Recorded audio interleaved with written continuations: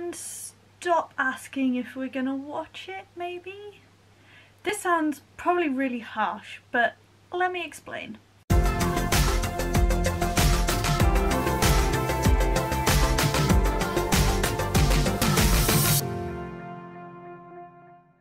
Hello, my name is Max and I am disabled and chronically ill. I have a condition called Ehlers-Danlos syndrome, which causes joint dislocations, partial dislocations and chronic pain, to name a few things.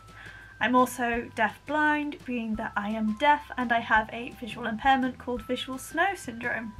I also have some chronic illnesses, one called cold urticaria and one called postural orthostatic tachycardia syndrome.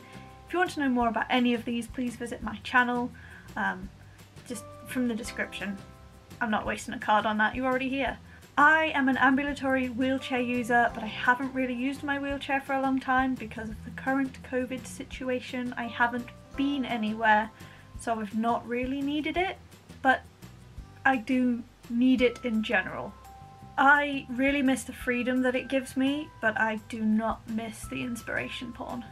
I can't tell you the amount of people that as soon as they've seen that I am sat in a wheelchair, that then ask me, oh, do you play wheelchair basketball? Oh, should I be looking out for you in the next Paralympics? Oh, are you going to watch the Paralympics this year? All fine questions, but only really when they come up in conversation. When they're used as an icebreaker, they can be very problematic. Here's why. Not all disabilities qualify. You probably don't know my disability, and I'm pretty sure that you're not an expert in the Paralympics. There are 10 eligible impairments. I really hate that phrase, but that is their definition. And each of the classes have different levels within them. So for example, in the visual impairment category, there are 3 levels according to how much vision you do or don't have. The 10 eligible impairments are as follows: impaired muscle power, impaired passive range of movement, limb deficiency, leg length difference, short stature, hypertonia, ataxia, athetosis, vision impairment, and intellectual impairment. Those are all official terms. I don't really like many of them, but let's just go with the official terms. Not all disabilities in general fall into these categories at all. And a lot of disabilities, even if they do technically fit into one of those categories, they don't fit the criteria to be classified as, disability sport. For example, my visual impairment, visual snow syndrome, I don't fit in any of the 3 bands of the visual impairment category based on the vision that I do have, but that doesn't mean that I don't have a visual impairment. It doesn't mean that my visual impairment isn't significant, and it doesn't actually make me more able to see the fact that I don't qualify, if that makes sense. So just because somebody sat there in a wheelchair, that doesn't actually mean that they'd even qualify to be in the Paralympics, even if they wanted to be. Had I not already told you what my disabilities are, the chances are that you probably don't know. And you couldn't have told me in that situation. And you wouldn't know if I qualify. There are so many Paralympic sports, and yet the entire focus is on wheelchair basketball and wheelchair rugby. Occasionally I'll get a different question for a different sport, but it's so rare. That's my experience as a manual wheelchair user anyway. And I know lots of other manual wheelchair users who have experienced the same thing. Something worth noting is not every single sport includes all 10 categories of disability. Like, there is no Paralympic badminton for those with intellectual impairments. There's no Paralympic canoeing for those with a leg length difference. Short stature and visual impairment are left out of a lot of sports, including both Paralympic wheelchair basketball and Paralympic wheelchair rugby. Interestingly, wheelchair rugby also excludes people with a leg length difference, but Paralympic wheelchair basketball doesn't. And yes, I did play wheelchair basketball.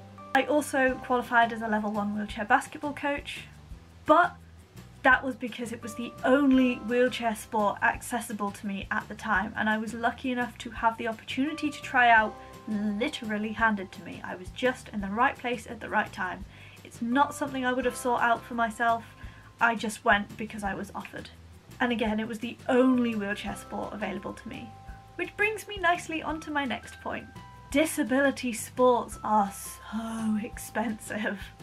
This means they're quite hard to get into. Not everybody has had the same opportunity and experience that I have. Not every disabled person will go to university. University is the only place where I've been offered all of these things. As soon as I finished university, I had access to none of this cool stuff. A wheelchair basketball chair costs upward of £500 used and collection only. I took that off eBay. They can range from £1,000 new, but not every disabled person is able to use a chair off the rack. Plenty of disabled people need to have their chairs altered and customised to accommodate their disability.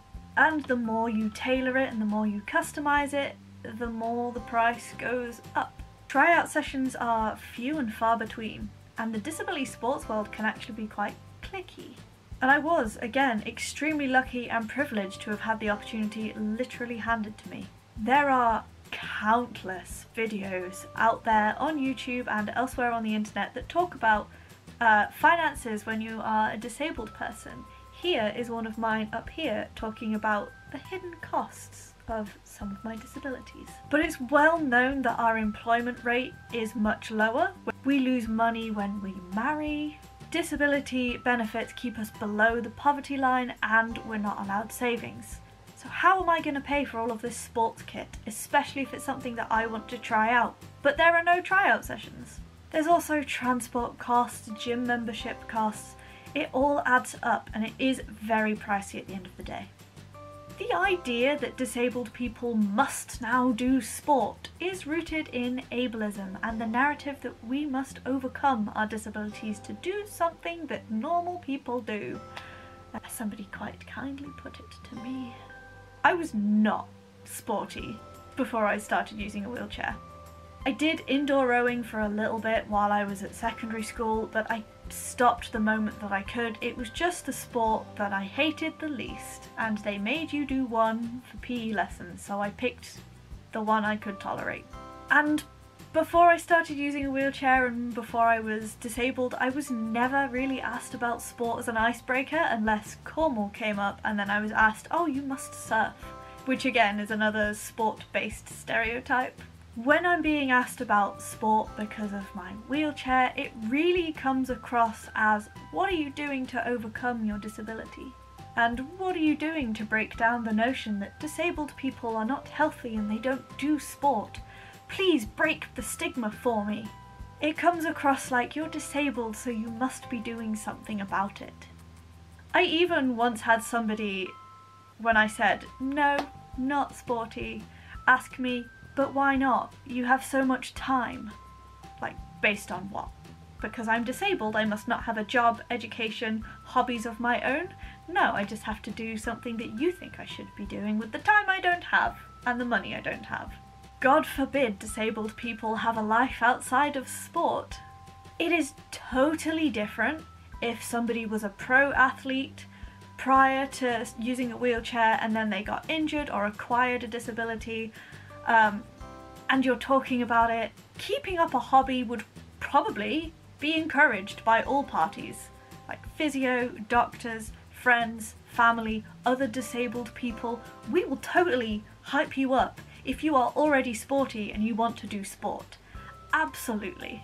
People who were sporty before or pro athletes before also have a better pitch for funding, because you have the whole idea of like, I was sporty before and I want to continue this hobby, I can do it, and people put more faith in that than, hey, I want to try wheelchair basketball because some stranger on a bus said I should be doing something with my time as a disabled person. Can I have the money for a chair, please? You see what I mean? And yes, pitching a healthy before lifestyle does also feed into ableism, but you gotta get your money, you know? You gotta do what you gotta do. Lots of disabled people have a negative or traumatic or otherwise complicated relationship with sport and or their body. Some disabled people I know want more than anything to be able to do a sport, but they just can't. Whether it's because of their disability, declining health, access to facilities, access to coaching, access to equipment, money for equipment, all of that stuff that we've already talked about. Constantly being asked why you're not doing something that you want to be doing can be heartbreaking and soul destroying. It's similar to asking people why they're not having children. Sometimes that is their choice. Other times it is not their choice, and it's very painful to be asked, especially as an icebreaker. On the flip side, somebody who was sporty before acquiring their disability now might find it too painful to even step foot into a sports facility because of what they had and what could have been. They may have a new and complicated relationship with their body and how their body now works. They may no longer actually be able to get into their regular sports facility anymore. There is a whole package of thoughts and feelings that comes with acquiring a disability. It is difficult, especially like waving goodbye to what you had before. Sometimes that's not a huge change, sometimes it's a drastic change. And to go straight into sport, that can be really complicated and heavy, and you are gonna have feelings. Being asked about it by a random stranger or somebody you don't really know very well can be very uncomfortable, because you might be carrying a lot of trauma around it, you might just be carrying a lot of grief around it. That is normal, but it's painful to carry. And being asked about it, you never really quite know what to say. And these thoughts and feelings in this new relationship can impact your entire life and not just sport, and sometimes sport just isn't the priority. So with all that in mind, why is it an issue to ask if we're watching the Paralympics? Well, here's my thoughts. If it naturally comes up, that's totally fine. That is really fine, because, you know, conversations, like, sometimes they naturally go there, especially now when the Olympics is literally happening as we speak. If it comes up in conversation with me, I will talk to you about it, and I probably will not shut up about it. But as an icebreaker, it's a bit crap. For starters, it usually either leads from or leads on to, will we be seeing you in the Paralympics? And like, you've just been here for the last however many minutes of the video. You know the answer to that. Next, lots of disabled people struggle with not being able to participate in these sports, and then to watch it is just adding extra pain, so perhaps we might sit this one out for our emotional well-being, which, you know, look after yourself. Thirdly, if you're not already interested in sport, you probably might not be interested in the Paralympics. Like, I don't watch every single piece of media that has a disabled person in it just because it has a disabled person in it. I will happily watch anything with disabled representation in it if somebody else wants to, but I will pick genres that I enjoy. So I have been watching the Olympics as much as I can, so I also will be watching the Paralympics as much as I can, and I'm very excited for wheelchair basketball. It's like when people say, oh, you're disabled, have you seen Me Before You? Love that film, and we're all just there like, uncomfortable, because that film is so bad and so ableist, and it's like, oh great, you love that disabled people should hate themselves. I love disability representation, and a lot of the soap operas recently have been adding in disabled characters because, shocker, disabled people exist, but I still don't watch soap operas because it's like the last thing I want to watch. I don't care.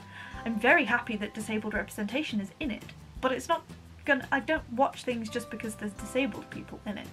Lastly, on more of a personal note, I'm broke and I live in the UK and I can't afford a TV license.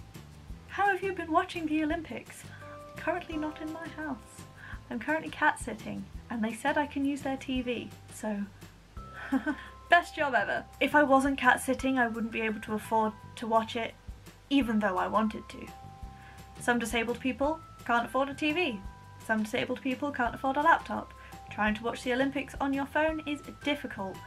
Trying to find captioned coverage is also exceedingly difficult, but also I'm not really here for the commentary, I just like seeing the sports. Seeing the sports. Clearly I'm not sporty, nor have I ever been. So to sum up, I'm not saying don't ever talk to disabled people about the Paralympics. I'm saying don't use it as an icebreaker. Just wait for it to come up in conversation, and right now it might. Like, 2 years before or after the Olympics is a really random time for someone to just ask me, oh, are you going to the Paralympics? Like, no, probably not.